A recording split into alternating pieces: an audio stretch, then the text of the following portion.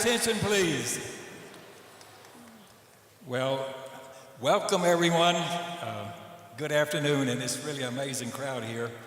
I'm just sort of overwhelmed with so many people that have chosen to come be with us today. Of course, I'm Ernest Burgess, and I've been honored to serve as your county mayor for almost 12 years now. This is a very significant day for Rutherford County, one that has taken more than 15 years to successfully complete. And I want to thank each of you for coming today, and certainly the presence of this very large group of attendees surely reinforces the importance, the purpose, and the necessity for this historic and iconic Rutherford County Judicial Center.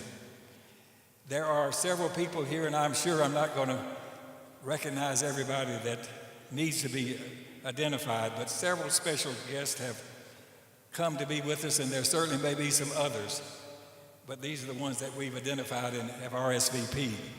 So, joining us even on the podium here today is Special Court Justice Jeffrey Bivens. He will be saying a few words to you a little bit later. We think that Mayor Shane McFarland may be in this group, and some other city officials from Murfreesboro. We know that Mary Esther Reed is here with us, the mayor of the town of Smyrna, and other of her friends and officials. We have with us Mr. David Perkey, the Homeland Security and Safety Commissioner. We have several from our State Highway Patrol Group, Lieutenant Colonel Tony Barnum, and newly appointed Colonel Derek Stewart and Major Matt Perry. We have members of the Rutherford County Legislative Delegation that's with us as well. And certainly, I'm sure we have any number of our downtown merchants and our Main Street board members and our Bar Association members and others. I'm going to have several more things to say to you a little bit later that I would like to say about the importance and the purpose of this new judicial center. And I also have several more individuals and organizations that I must recognize and thank you and thank them for their role in this project. But first, we should give thanks to God above, through whom all things are made possible. And Commissioner Brad Turner will now lead us in prayer. You bow your heads with me as we pray.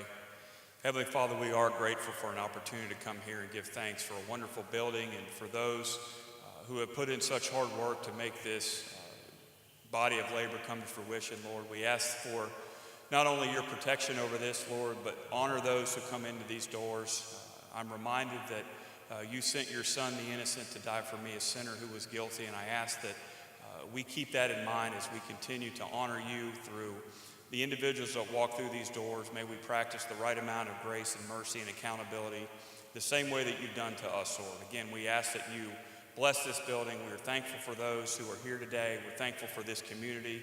We're thankful for this country, and we ask that everything that's done in this building, may it bring glory to you and honor to you, and that we represent you in a manner that is fitting to call ourselves Christians and to call ourselves Americans. I ask all these things in the name of your son, Jesus. Amen. All right. Thank you, Commissioner Turner. Ladies and gentlemen, yes, this is a celebration of success and completion of a 203,000 square foot building, a judicial center with an adjacent parking garage of 359 parking spaces at a total cost of $73 million. But I want to spend just a minute to talk about its purpose, and even in a broader perspective, the purpose of government.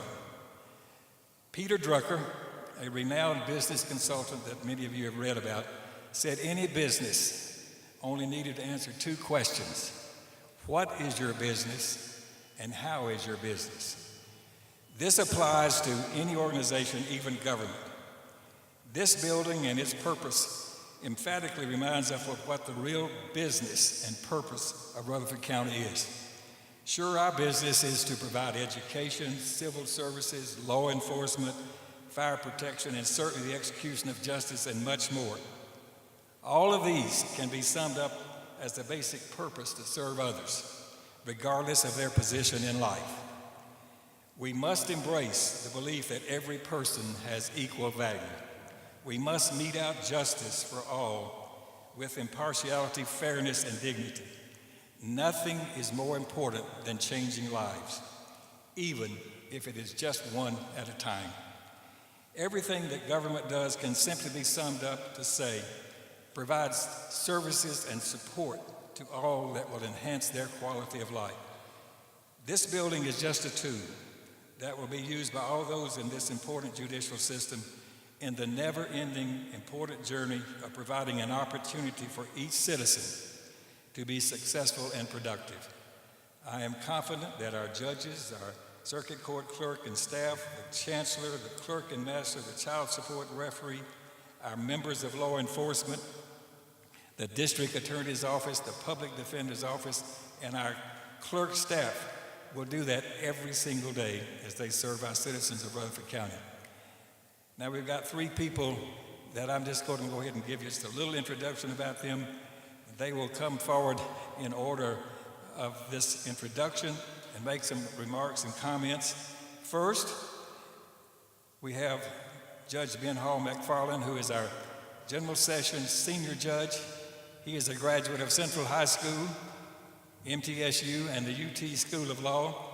He's a retired major of the U.S. Army Reserve, and he had a private practice for many years prior to being elected General Sessions Judge in 1998. And after his remarks, we'll have Chancellor Howard Wilson, who is now the presiding judge here. He's a graduate of MTSU and Nashville School of Law. He served as the administrative law judge for the Department of Special Education for 15 years, had a private practice for 26 years prior to being elected chancellor for the 16th Judicial District in 2014. And he's going to introduce Justice Bevins, I believe. And then next we'll have Greg Tucker, our Rutherford County historian. He is the county historian and was appointed by the commission in 2013. He has a degree in journalism from Vanderbilt, an MBA from Nashville University, and a law degree from Columbus School of Law in Washington, D.C. And during his time in Washington, he was an antitrust attorney.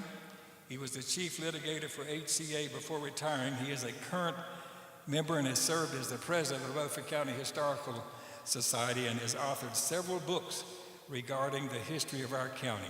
So now we will let Judge McFarland go first, and the others will follow in order.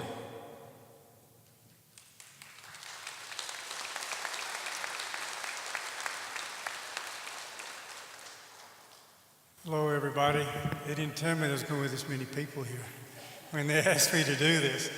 But I guess since I'm the oldest, one of the oldest judges, or certainly sessions judge, it's a pleasure to get to do this. So I thank everybody for giving me the opportunity to come here and take part in this momentous event. In a way, I'm kind of a natural to say something in that as we look at our old judicial building, I feel like I'm a nexus, a connection from the old to the new, because those of you who are from here know that Ben Hall McFarland doesn't just mean me. Yeah. So if you go to the old judicial building, in the front lobby, you see plaques dated 1980 and 1981, and they have Ben Hall McFarland on it. That's not me. So I feel blessed to be able to come and be a part of this because my father then was serving as county executive, the equivalent of county mayor now, when that was a brand new building and we're going through these ceremonies for it in 80 and 81. So when I came back here, when mustered out of the Army, came back in 73, you see how much space we need to house our judicial system. Well, let's look at it in 1973, just briefly. I started practicing in the summer of 73 in the old courthouse. That was it. You know, from pre-Civil War to then, that was the place where justice was done. Before they had TVs, it's where people came and watched lawyers in trials for entertainments. And so in 73, there was one circuit judge. There was one chancellor that had a circuit of 4 or 5 counties. So we had a chancellor about 1 week out of every 2 or 3 months. There was one general sessions judge, where there are 4 now. There was one general sessions judge who was part-time. The part-time sessions judge did criminal, civil, probate, and juvenile. That is how we have grown from that to this. It's interesting, the old judicial building, they felt they were being forward-thinking also. I was talking to my dad about it and some of that process. It has 5 floors. When they built it, only 3 were used for judicial purposes. One was a shell, and the other was used non-judicial. Y'all remember the register of deeds and all that there. So that's one reason I think that building lasted as long as it did. They tried to be as forward-thinking as they can. You know, our county, the reason I go into all that, our county has grown just amazingly. So when it came time for us to realize we needed a new judicial building, there was a lot going on. They were building a new school a year. So several years ago, a couple of the commissioners, I remember coming to me and say, hey, next year we're not building a school. You might want to get in line, get on the list. That would be a great time to plug that in. And it turned out there was some truth to that. When Mayor Burgess was elected, I remember Judge Laurie and I going over one of our meetings with him and telling him how much we hoped he would put this at the front of his agenda. And he did put it on his agenda and was very instrumental in getting this done. But the county commission, extremely forward-thinking, the PBA, when you go through the tour, it is going to blow you away. I'll go ahead and risk this embarrassing my wife. You know, when people ask me, hey, have you seen your new digs? And I say, oh yeah, I've seen them. And they say, well, what do you think about it compared to where you are? And I look at them and I say, I'm going to Disney World. You know, that's the comparison. I think you'll see that. So, to look at this in a little more serious light and look at the big picture, a community defines itself in many different ways. One of the most important ways a community can define itself is how it views its judicial system. This building reflects that this community, Rutherford County, and our county commission, they're getting it right. They know the importance of a judicial system. They know the importance of the rule of law. If you don't have the rule of law, you don't have anything. What separates this country from every country on the face of this earth is we get the rule of law. And if we ever lose that, we are doomed. So much for the sermon. I thought I would end. Y'all remember Dave Letterman? And you kind of miss the old late night guys, you know? Dave Letterman had a top 10 list. Y'all remember that? And we'd always enjoy listening to the top 10 list. So I thought, why don't I put down a top 10 list of the things I'm not going to miss about the old judicial building. So, and a lot of this is going to be inside, but I mean, just bear with me. Number 10 on the list that I'm not going to miss is no public restrooms on the first floor, and everybody come into our office and ask where they are. Number 9, I'm not going to miss the fact that no parking spaces on the square, 8, 9 o'clock in the morning. Number 8 on our list, I'm not going to miss lines to get in the front of the building at the start of the day, especially when it was raining and especially when they had a grand jury. Number 7 on the list, I'm not going to miss the back elevator that sounds so loud the court would have to close it down to have hearings and trials. True. Number 6, I'm not going to miss transport of prisoners from the outside on the street, creating all kinds of bad security issues. I told some others later, in all seriousness, God blessed us by not having an incident with prisoners the way we were having to transport them and handle them. So number 5 on the list, I'm not going to miss prisoners going in and out of the hallways all the time with all the rest of us and everybody else. Number 4 on the list, this is personal to me, I'm not going to miss, this is true, literally prisoners being transported behind me in the chair on the bench as I'm holding court.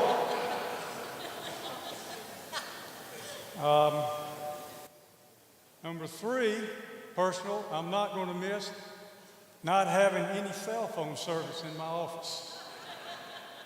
No windows either. Number 2 on the list, I'm not going to miss the slowest elevators on the planet. And number 1, I'm not going to miss is always having to look over my shoulder and worry when the fire marshal is going to come in and sit and shut us down. Thank you very much. It's a great day.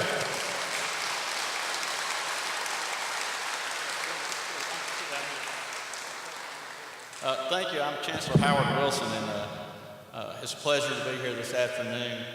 I want to make my comments as brief as possible because I know everybody's here to see this beautiful building. But first, I want to acknowledge some special guests. We have Chief Justice Jeff Bivens of the Supreme Court here with us today, and also Debbie Tate, the Director of the Administrative Office of the Courts. How are you, Debbie? Native of Murfreesboro. Glad you are here.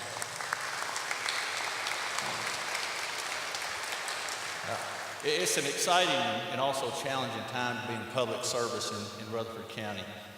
As our population has grown, so has the strain and burden on our legal system. And I know our judges are just so thankful for a county commission and a county mayor who recognized our need for a new courthouse. As judges, it's certainly important to us that our cases are heard in a prompt and efficient manner. And for the last several years, we've done it in a building that, quite frankly, we've overgrown. And with a fewer number of judges that we should have had. And we're excited, first of all, that we're getting a new circuit judge, thanks to Senator Bill Ketchrin. We're getting a new judge beginning September 1st. But we're also so very excited about this building. In this building, every judge and every magistrate is going to have their own courtroom. That's something we hadn't had in a long time.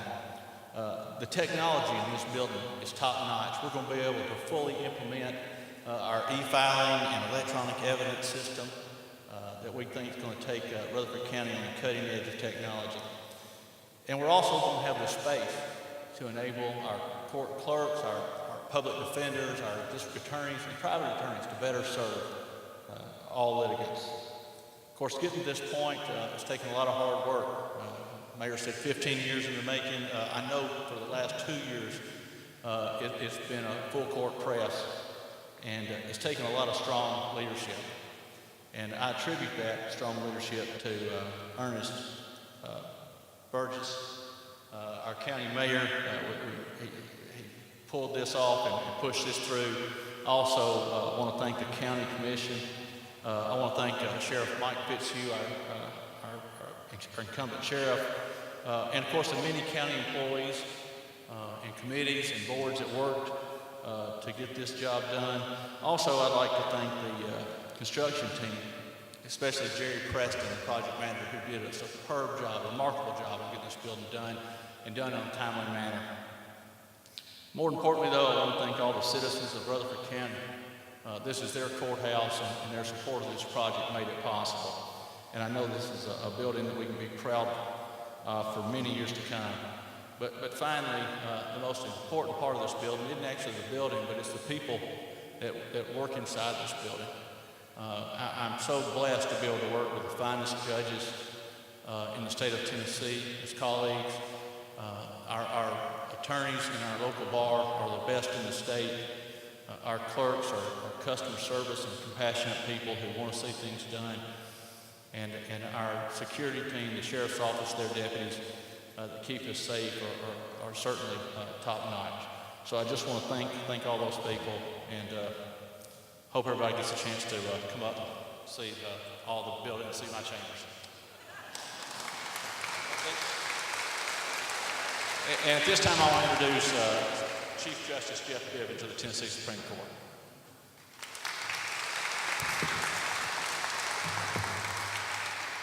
Thank you, Chancellor Wilson. It is a great pleasure for me to be here with you today on behalf of the Tennessee Supreme Court and the entire Tennessee Judiciary. I just want to say what an honor and a privilege it is for me to be here. This is an incredible facility. I just want to say a special commendation to Mayor Burgess and county commission members. As I look at this, I can see the leadership and the vision that has gone into this building. It is obvious the pride, the determination, and the will that it has taken for this to be a true success. As a part of my duties as Chief Justice for the Tennessee Supreme Court, I travel this state from Mountain City to Memphis. And I can tell you, looking at this here today, this facility is second to none in the state of Tennessee.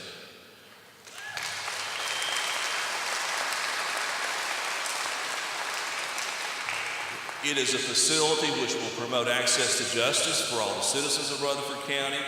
It is a facility that will greatly improve the security, as we've talked about before, and is a facility that will greatly improve the judicial efficiency here. So it is a great winning contribution that everyone has put in here today. Again, thank you so much. I will end by simply saying that on a personal note, as a citizen of Williamson County, I'm very jealous here today. So thank you very much for the opportunity to be here with you.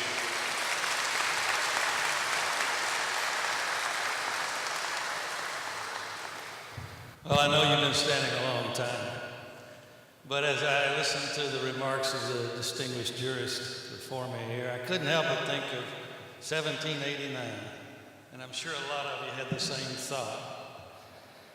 In 1789, 9 former British colonists ratified a document which came to be called the U.S. Constitution. In so doing, they created the United States of America. That document emphatically set up what we call the separation of powers. 3 co-equal branches of government, check and balance to ensure justice. Not much happened in the next 14, 15 years.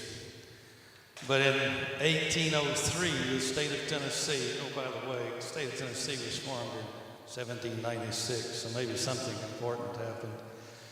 In 1803, the county of Rutherford was established. And remember what I just said about the separation of powers and the check and balances? Well, they ignored all that. They appointed 8 wealthy landowners to a group which they called the Court of Common Pleas and Quarterly Sessions. And they gave them the full appointing power, the full legislative power, and the full judicial power. They were called individually justices of the peace. If there was something that needed to be tried, they could appoint the jury. They did. They appointed the prosecutor, and they presided over the proceeding. People began to quickly recognize that there was some problems here. Conflict of interest, particularly since the justices were compensated on the basis of the fines and fees they collected. Self-dealing, and some question about the constitutionality. Well, that system was changed in 1948.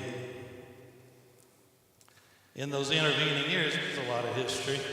I'm not going to take you through the history, but I commend to you a little brochure that's your souvenir of the day, the history of the courts. Extremely well written, thoroughly researched. Identifies a number of heroes and many, many very capable jurists. I want to talk about just 2 of them real quickly. One of them I would call a hero, Raleigh Holden Sr., not a lawyer, not a judge. He was a young Murfreesboro native, He was a veteran of World War II. He was a small businessman. In 1946, he had a fireworks stand down on the corner of State Street. But he was approached by some media representatives and some very influential business people, and they talked him into running for the state legislature. In 1947, he easily won election. 2 weeks after he was sworn in, he pulled out of his pocket a very artfully written, long piece of legislation, which he introduced, which on its face took away the judicial authority of the justices of the peace, leaving them only legislative abilities, and they could still do marriages. Having hit the pocketbook of virtually the entire political establishment in the county, he decided not to run for re-election. But his bill created the first General Sessions Court in Rutherford County. After he left office, he decided to go into the hardware business, and Holden Hardware is still the oldest business on the square. Raleigh Holden Jr., now in charge. The second one I want to refer to is John Rucker Sr. In 1948, he was the first judge elected to the General Sessions Court. He was elected to a post that had no real courtroom, no office, no staff support, no paper, according to his own notes. And it was a part-time position, paid as a part-time position, which required about 60 hours a week. John established the protocols of the court and was a judge in that court for 14 years until financially he recognized he had to get into private practice and support his family. What's particularly interesting about John Rucker is that he enrolled in about 1936 at Cumberland Law School up in Lebanon. He attended 1 year. The next year he sat for the bar, and at the age of 18, with 1 year of education, he was admitted to the bar and set up practice in Rutherford County. Had a successful practice. Went off to do his duty during World War II, returned and resumed his practice. I don't think anyone could find a more capable jurist or a more capable lawyer than John Rucker Sr. He did it with 1 year of education and began at 18. So you wonder, how do we justify 7 years of education and a strenuous bar exam? I suspect it has something to do with the hourly billing rate.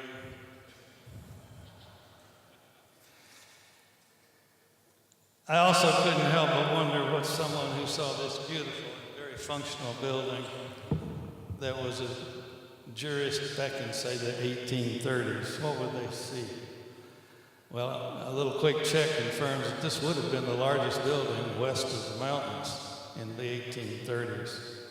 They might recognize that some of the style of the building is reminiscent of the Oakland's plantation, built about the same, about the time we're talking about. They'd wonder about planting grass, since we don't have any cows. They probably would also wonder, why do you put in a bunch of windows you can't open? Get a little breeze. Certainly they would wonder why there's no fireplace or stoves for heating. But I expect they'd understand why we have a plaza out there in front of the building, because that's where you have to put your whipping post, one of the traditional disciplines of the 1830s. Congratulations, Rutherford County. This is something we can all be proud of. Thank you.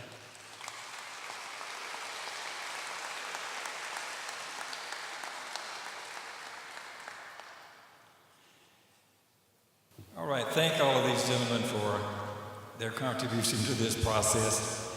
And those of you that have this little booklet, on the preface there are a number of people that helped Mr. Tucker write this little book that contains a pretty good, succinct history of what's happened in our county with respect to the court system. So I'm just going to read those names off so you'll understand. Our circuit court clerk, Melissa Harrell, participated. Judge McFarland, Jerry Preston, retired Judge Steve Daniel, Rick Spence, clerk and master John Bratcher, Judge Donna Scott Davenport, Susan Daniel, Ben Mankin, and also Judge David Bragg have been identified. All right, we're not finished. I have a lot more people to say thank you to, but I'll make this as brief as we possibly can.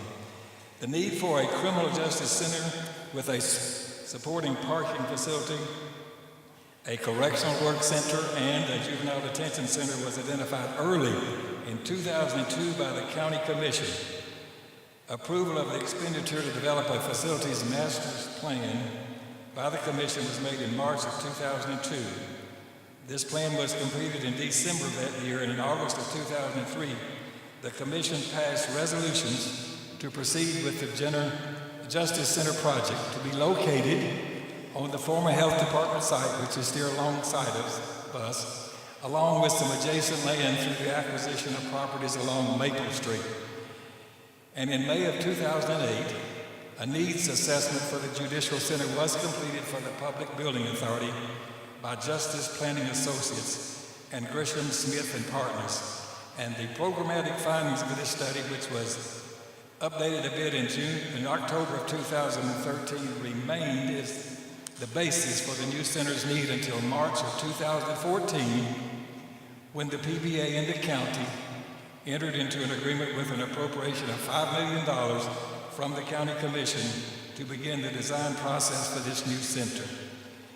The result and completion of that effort is the remarkable structure that we're celebrating today.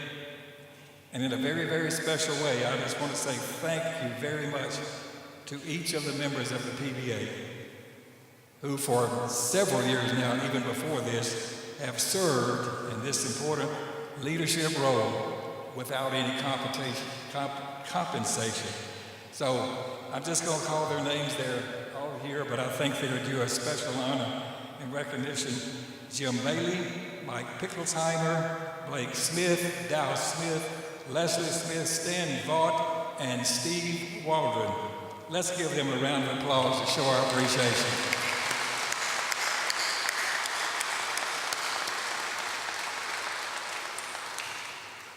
Now just a brief statement as to what is contained in this building. You've heard a little bit about it already. There's approximately 203,000 square feet here. And on May the 7th of 2018, just a few days from now, this facility will open with 12 courtrooms. We were building 11, and we were hoping to build a 12th one if we had enough money that we didn't spend out of contingency. And yes, that happened. We built the 12th courtroom, and yes, we're going to have it occupied. It will be occupied on September the 1st, as we've now heard. So we've already filled that courtroom up. The fourth floor here is shelled. It's unfinished, and it can accommodate 4 more future courtrooms. And we hope, with the growth that we're having, we're not sure this number is a good number.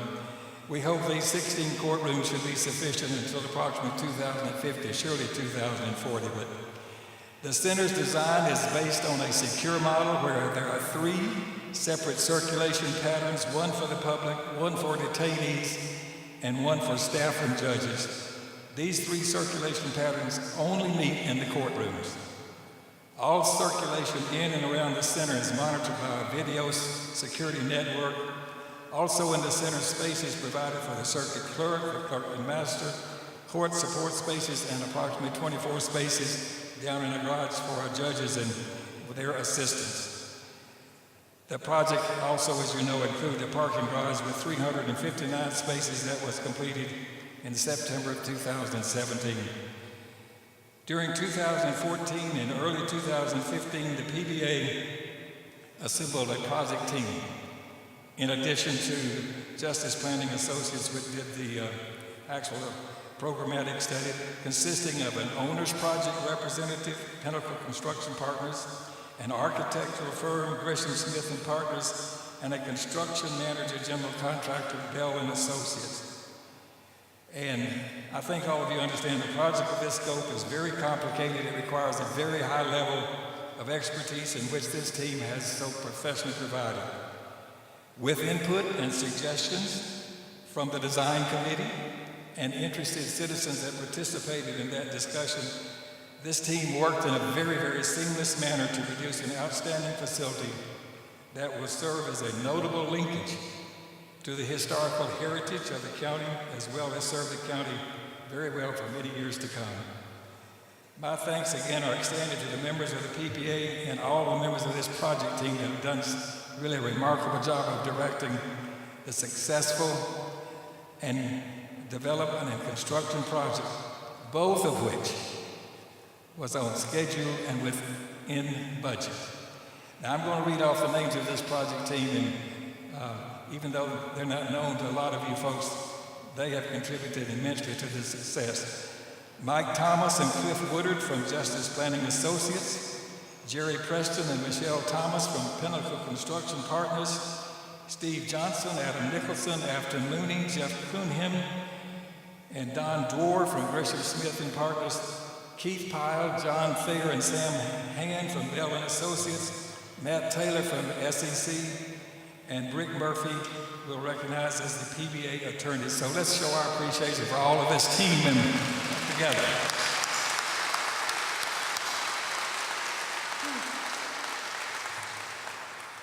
And it's already been mentioned by our chancellor, none of this would have been possible without the support and understanding of this need by each of our county commissioners, both present and many from the past as well. Their wisdom and trust in me and the entire team is very much appreciated.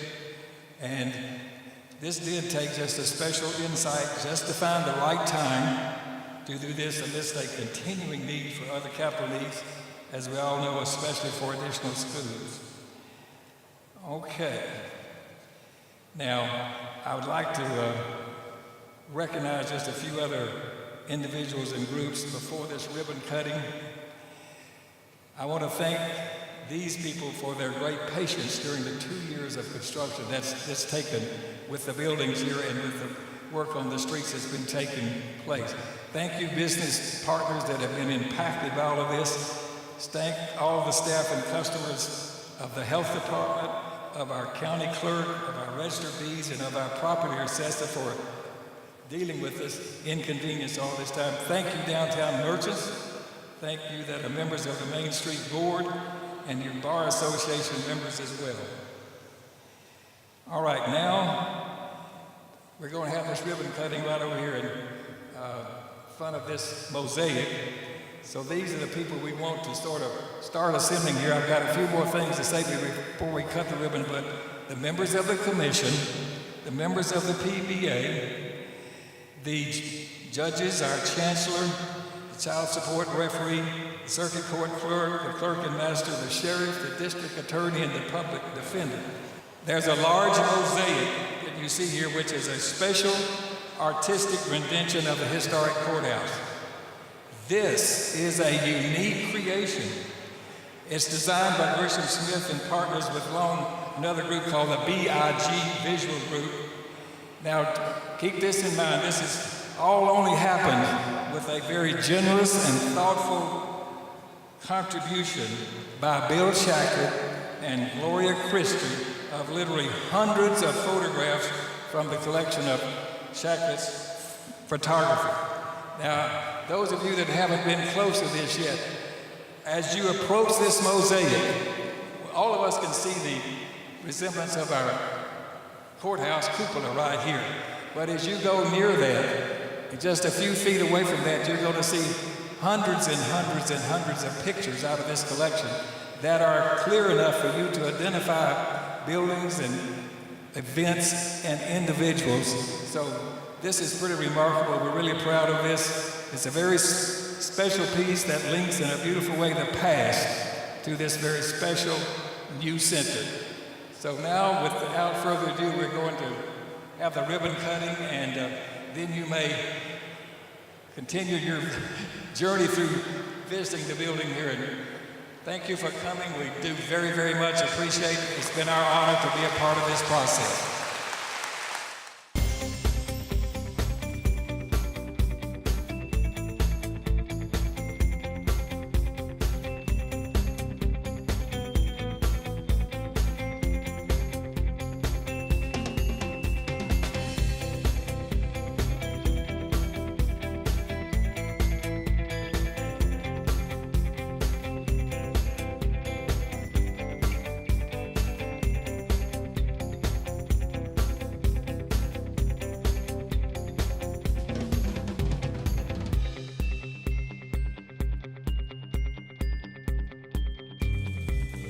1, 2, 3. Rutherford County. Woo! Good job.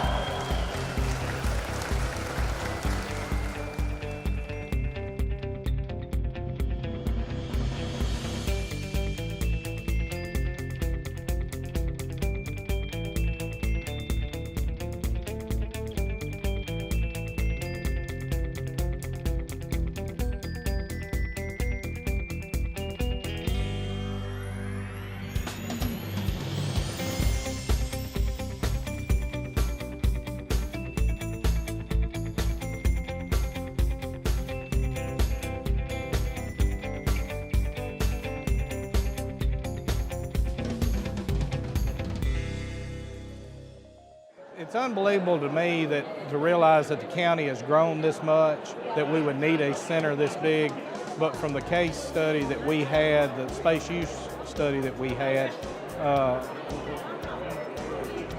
the population, the growth of population in Rutherford County is going to be close to 500,000 people. And when you have that many people, you've got to have a facility this big. And so that's the biggest thing to me, is realizing how far we've come in the last 30 years and how big we've grown. To say that we are thrilled is to put it mildly. We are so happy to see this day. It's just been a dream. It is a wonderful building, and so delighted to be part of it and be joining to the grand open house here. Many people so happy. Well, so much of what this building is it represents not only our past, but a great deal of commitment to our future of the downtown. It is a very, very important part of the building in downtown, so the Main Street Board and all the directors and staff and board members are so happy to have this done, and it's a wonderful job.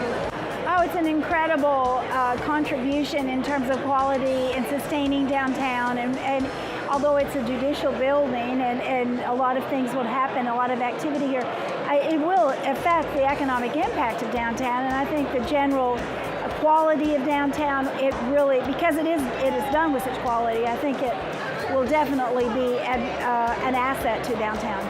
I mean, the local governments are so important to our downtown. So how wonderful is it to have City Hall on one end and the county government on the other end?